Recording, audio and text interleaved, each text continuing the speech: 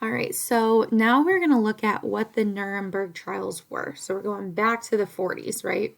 The Holocaust just ended, World War II had just ended, okay?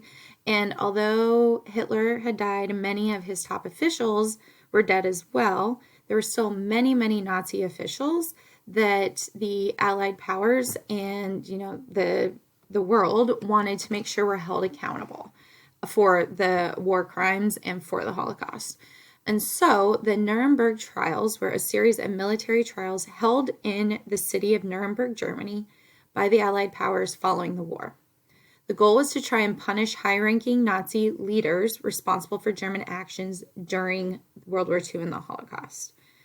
Okay, many Nazi leaders decided they would avoid punishment at the Nuremberg trials by committing suicide before the trials began. So many of the Nazi leaders knew that when they were done and they were no longer in power, that it wasn't going to be good for them because they knew the horrible things that they had done and how the world was going to see them. And so many of them took their own lives before. But there were also many who did not, and that's what the Nuremberg trials are.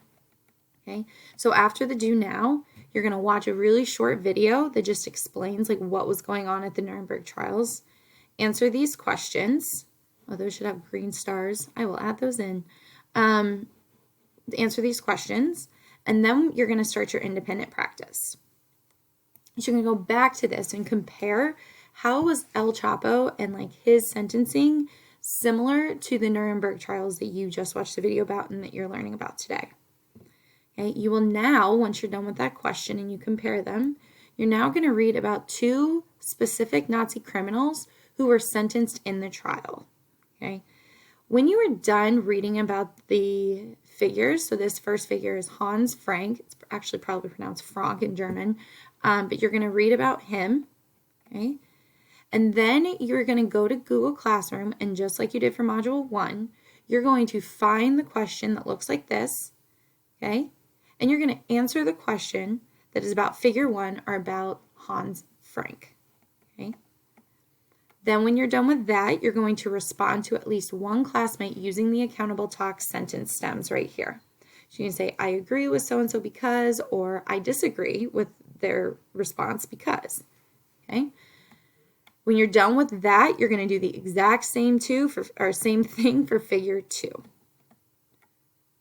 So exact same thing, but now you're looking for figure 2 here using the exact same Accountable Talk sentence stems. When you are done with that, you are done with the module for the day. Okay? You just need to make sure that you take the mastery check on Edulastic, turn them both in before noon today, and you are in good shape. This is your checklist for the day, or for the week, I should say. So see, module 1 is done, module 2 is done. So then you just have 3. And then you'll have down here your weekly discussion questions. So you answered one weekly discussion question on Monday in module 1 and replied to one classmate. And now you need to reply to 2 other classmates for the 2 that you will be posting today. If the videos don't work, you guys know what to do, but know that we will also watch them in class if need be. And that is it for the week. And I hope you guys have a great weekend.